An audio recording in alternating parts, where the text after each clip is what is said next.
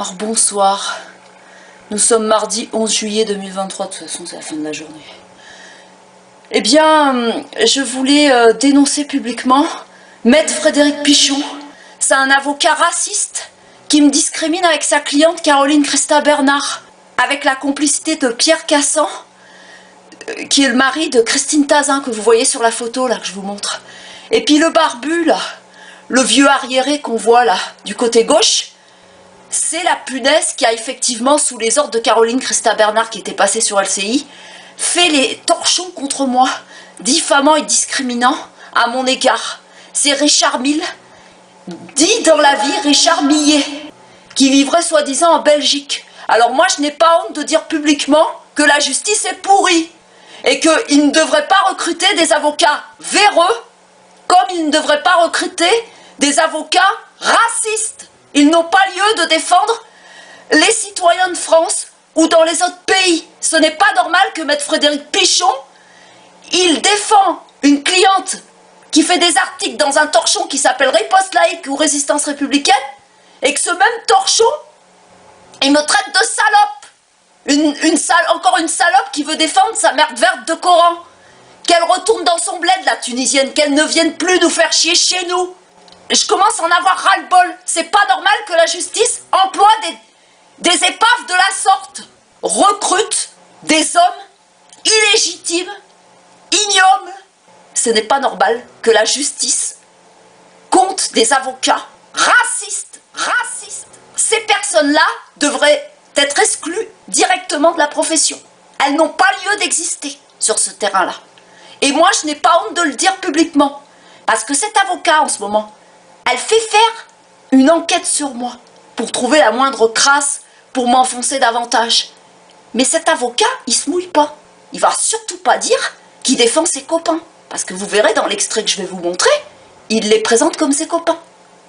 Donc je vois bien qu'ils aiment bien me taper dessus et me faire passer pour l'islamiste de France, le mal du pays. Je commence à en avoir ras-le-bol. C'est des gens quand même qui appellent les orientaux les envahisseurs. Ça rappelle un sketch des Inconnus. C'est tout de même pour vous faire prendre conscience que ça fait quand même pas mal de temps que je me plains sur internet. Je peux pas dire que je sois soutenue. J'ai peut-être eu 2 ou 3 soutiens en dehors des pages que j'ai mis sur ce dernier compte, mais les gens ils ont honte. Et puis ils préfèrent plus penser que je suis une djihadiste qu'autre chose. Donc je suis assez déçue de la France, franchement.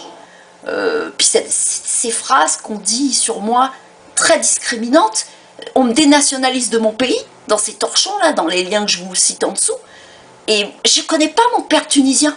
Alors quel pays est pour moi? Dans quel endroit je peux être chez moi? Je me pose la question, je suis née à Sarlat-la-Canéda, je suis pas tunisienne moi. J'ai du sang tunisien, de par mon géniteur qui ne s'est jamais occupé de moi, et du sang polonais du côté de ma mère. Mais c'est pas pour autant que je dois dégager et aller de l'autre côté de la Méditerranée. C'est une raciste, Caroline Christa Bernard.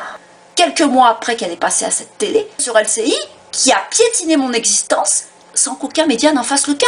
Et je trouve que c'est pas normal, parce que quand il y a un député qui se prend une remarque raciste, on en fait tout un batacaisse dans la presse.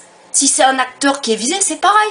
Mais quand c'est une petite personne sans importance comme moi ou autre, anonyme, on s'en fout, ça passe sous silence. Donc moi je veux briser le tabou. J'en ai ras-le-bol de cette société. Ils serrent tous les fesses et il faudrait que cette société de maladresse nous écrase. Je n'ai pas envie de me faire piétiner mon existence par une femme qui se croit au-dessus de tout le monde, qui se prend pas pour de la merde, disons-le, et qui a une autre opinion de sa petite personne, et qui pense être l'unique personne à pouvoir faire de la poésie. Moi aussi j'étais bonne pour faire des poésies. J'étais la meilleure en classe en français et en dessin. J'ai déjà eu un prix d'encouragement. On va dire plutôt par l'intermédiaire d'une personne, mais j'ai su que le prix d'encouragement, j'aurais pu l'avoir pour moi directement. J'ai fait un test. C'est vrai que de savoir que c'est le fils d'une prof qui a gagné, un petit gamin de 14 ans alors que j'avais que 23 ans, tout me dit que c'est pipé. Quand j'étais ado, on me disait que j'avais un niveau élevé. Donc je comprends pas pourquoi... Et puis j'ai déjà fait une poésie sur le printemps. Hein, Caroline Christa Bernard, si tu m'entends. J'en ai déjà fait une sur le printemps à une amie qui n'était pas dans la même classe que moi. Elle avait des bonnes notes dans toutes les matières, mais il se trouve qu'en poésie, bon ben, elle n'y arrivait pas et elle avait besoin de mon aide. Et en études, Et ben je lui ai dit, ben, si tu veux, je te fais ta poésie sur le printemps. Et après, je lui avais dit sans prétention, à mon avis, personne ne trouvera les mêmes phrases. Tu devrais y arriver, tu auras sûrement la meilleure note. Et elle m'a remercié. Quelques jours après, elle a eu la meilleure note. Donc, tu n'es pas la seule à être bonne, soi-disant en poésie. Moi, je trouve pas personnellement que tu as un esprit aussi poétique que le mien. Je suis désolée de te le dire. Tu es plutôt une mythomane pour moi. Et puis, il faudrait peut-être penser à aller te faire soigner. Parce que j'en ai marre de ton racisme, j'en ai marre de tes acharnements complices avec Maître Frédéric Pichon, Pierre Cassan, Christine Tazin, qui sont responsables de Résistance Républicaine et de Riposte Laïque, ce couple-là, Pierre Cassan et Christine Tazin, et ce Richard Mille, qui s'appelle Richard Millet. En 2014, il se faisait appeler Richard Millet, je crois. C'est bien lui qu'on voit sur la photo. J'en ai marre.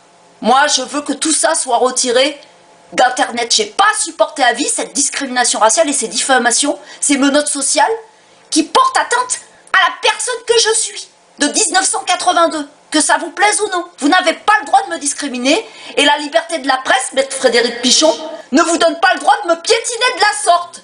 Vous n'avez pas à me référencer au djihadisme et aux attentats du Bataclan. Je n'ai rien à voir avec cela. Comme je n'ai pas à reconnaître que j'ai une gueule d'arabe pour être honnête et vivre dans ce pays. Qu'est-ce que c'est que ce rabais social que vous m'imposez? Ce rabais discriminant? Parce que quand même, Frédéric Pichon, il a fait un papier qui laisse entendre que j'ai pas voulu reconnaître que j'avais une tête d'arabe. Je pourrais vous le montrer, ça. J'aurai sûrement le temps de vous le montrer. C'est pas normal, quoi.